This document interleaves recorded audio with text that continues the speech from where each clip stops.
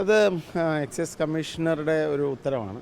സ്വാഭാവികമായി അദ്ദേഹം അതിനകത്ത് വെക്കുന്നതെന്ന് പറഞ്ഞാൽ നമുക്കറിയാം ഒരാൾ പ്രത്യേകിച്ച് സ്ത്രീകൾക്കും കുട്ടികൾക്കും കൊടുക്കേണ്ട ബഹുമാനം കൊണ്ടായിരിക്കണം അത്തരമൊരു തീരുമാനമെടുക്കുന്നത്. പല കേസുകളിലും നമ്മൾ അറസ്റ്റിലാവുന്ന ആൾ അത് കുറ്റം ശിക്ഷിക്കപ്പെടുന്നത് വരെ അവരുടെ ഒരു ഐഡൻറ്റിറ്റി റിവീൽ ചെയ്യരുത് എന്നുള്ള ഒരു തീരുമാനം കൊണ്ടാവാം അത് പറഞ്ഞതുപോലെ ഒരു ഹ്യൂമൻ ഡിഗ്നിറ്റിയുടെ വിഷയം കൂടിയാണ്. സ്ത്രീകൾക്കും കുട്ടികൾക്കും നമ്മുടെ സമൂഹം കൊടുക്കുന്ന ആദരവിൻ്റെ കൂടി ഭാഗമായിട്ടായിരിക്കണം അത്തരമൊരു തീരുമാനമെടുത്തത്. കാരണം അങ്ങനെ ഒരാളെ നമ്മൾ ചിത്രീകരിച്ചു, ഭാവിയിൽ അവർ വെറുതെ വിടപ്പെടുകയാണെങ്കിൽ ഉണ്ടാകുന്ന സാഹചര്യം കണക്കിലെടുത്താവണം. അത് എക്സൈസ് കമ്മീഷണർ എടുത്ത തീരുമാനമാണ്. അതിൻ്റെ പിന്നിൽ ഹ്യൂമൻ ഡിഗ്നിറ്റിയും പ്രത്യേകിച്ച് സ്ത്രീകൾക്കും കുട്ടികൾക്കും കൊടുക്കുന്ന അംഗീകാരമാണെന്നാണ് ഞാൻ കരുതുന്നത്. ഞാൻ അദ്ദേഹം ചുമതല ഏറ്റെടുത്തതിന് ശേഷം നടത്തിയ ഹെഡ് ക്വാർട്ടേഴ്സ് മീറ്റിംഗാണ്. ഇതിന് മുമ്പത്തെ ചെയർമാൻ ഇരുന്നപ്പോഴും നടത്തിയിരുന്നു. ഞങ്ങൾ വിവിധ കാര്യങ്ങൾ ഡിസ്കസ് ചെയ്തു. നേരത്തെ പറഞ്ഞതുപോലെ ഈ പ്ലാസ്റ്റിക് കുപ്പികളുടെ കാര്യത്തിൽ അത് ഞങ്ങൾ കോമൺ ഇൻട്രസ്റ്റാണ് ഷെയർ ചെയ്യുന്നത്. ബിവറേജസ് കോർപ്പറേഷൻ അത്തരമൊരു തീരുമാനമെടുത്തതിന് ചില ടെക്നിക്കൽ റീസൺസ് ഉണ്ട്. പക്ഷെ നമ്മൾ ഒരു പോളിസി ഡിസിഷൻ എന്ന് എടുത്തു കഴിഞ്ഞപ്പോൾ സംസ്ഥാനത്ത് ആകമാനം ഇതുവരെ ബിവറേജസിൻ്റെ മോഡൽ ഔട്ട്ലെറ്റുകൾ മുഖാന്തരം തന്നെ ഏകദേശം 1.25 കോടി കുപ്പികൾ കളക്ട് ചെയ്യപ്പെട്ടിട്ടുണ്ട്. അപ്പോൾ അതുകൊണ്ട് തന്നെ ഇത് നമ്മളിൽ തന്നെ ഇത് കൃത്യമായി കളക്ട് ചെയ്യപ്പെടുകയും അത് കൃത്യമായി ഒരു തിരിച്ച് ക്ലീൻ കേരള മിഷൻ പോലെ ലോക്കൽ ബോഡിക്ക് ഹാൻഡ് ഓവർ ചെയ്യണം എന്നുള്ള കാര്യത്തിൽ ഞങ്ങൾക്കാർക്കും ഇതിൽ അഭിപ്രായമില്ല. അതങ്ങനെ തന്നെയാണ് മുന്നോട്ട് പോകേണ്ടത്.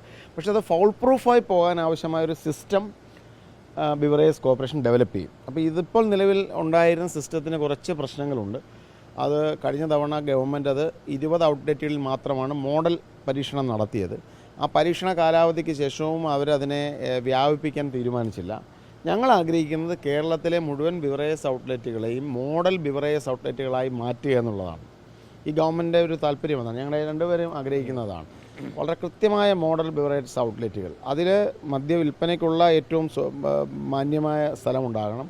അതോടൊപ്പം ഇത്തരം പ്ലാസ്റ്റിക് മാലിന്യങ്ങൾ ഉൾപ്പെടെ കളക്ട് ചെയ്യാനുള്ളൊരു സിസ്റ്റവും അവിടെ ഉണ്ടാകണം. അപ്പോൾ ജീവനക്കാർക്ക് ഓവർലോഡില്ല, കൃത്യമായ ഒരു കളക്റ്റിംഗ് സിസ്റ്റം ഉണ്ടാകണം. അതിൽ ഹരിതകർമ്മസേനയെ കൂടി കളക്ട് ചെയ്തുകൊണ്ട് ഏറ്റവും പെർഫെക്റ്റായ കേരളത്തിലെ ബിവറേജസ് ഔട്ട്ലെറ്റുകളിൽ നിന്നും വിൽപ്പന നടത്തുന്ന ഓരോ പ്ലാസ്റ്റിക് കുപ്പിയും അത് ഉറവിടത്തിൽ തന്നെ തിരികെ എത്തി ഒരു തരത്തിലും പരിസ്ഥിതിയെ മലിനപ്പെടാത്ത തരത്തിൽ അങ്ങേയറ്റം സോഷ്യൽ റെസ്പോൺസിബിലിറ്റി ഉള്ളൊരു സിസ്റ്റം ഡെവലപ്പ് ചെയ്യാനാണ് നമ്മൾ തീരുമാനിച്ചിരിക്കുന്നത്. ഞങ്ങളിന്ന് അതിൻ്റെ ചർച്ചയിലായിരുന്നു. കൂട്ടായി ഞങ്ങളതിനെക്കുറിച്ച് ആലോചിക്കും. ഇപ്പോൾ ഉണ്ടായത് ബിവറേജസ് ഈ സാങ്കേതികമായിട്ടുള്ള ചില കാരണങ്ങൾ കൊണ്ടും ജീവനക്കാരുടെ ചില കൺസേൺസ് എടുത്തൊരു തീരുമാനമാണ്. ഞങ്ങളതിനെ മാറ്റും. സമ്പൂർണ്ണമായി ഇപ്പോൾ ഉള്ള പദ്ധതി ഏറ്റവും വിപുലീകരിച്ച് ഏറ്റവും മാന്യമായി കേരള സമൂഹത്തിന് ഗുണം ചെയ്യുന്നൊരു പദ്ധതിയാക്കി മാറ്റും. ചർച്ചകൾ നടന്നുകൊണ്ടിരിക്കുകയാണ്. മദ്യനയത്തിൻ്റെ ഡിസ്കഷൻ ഇപ്പോൾ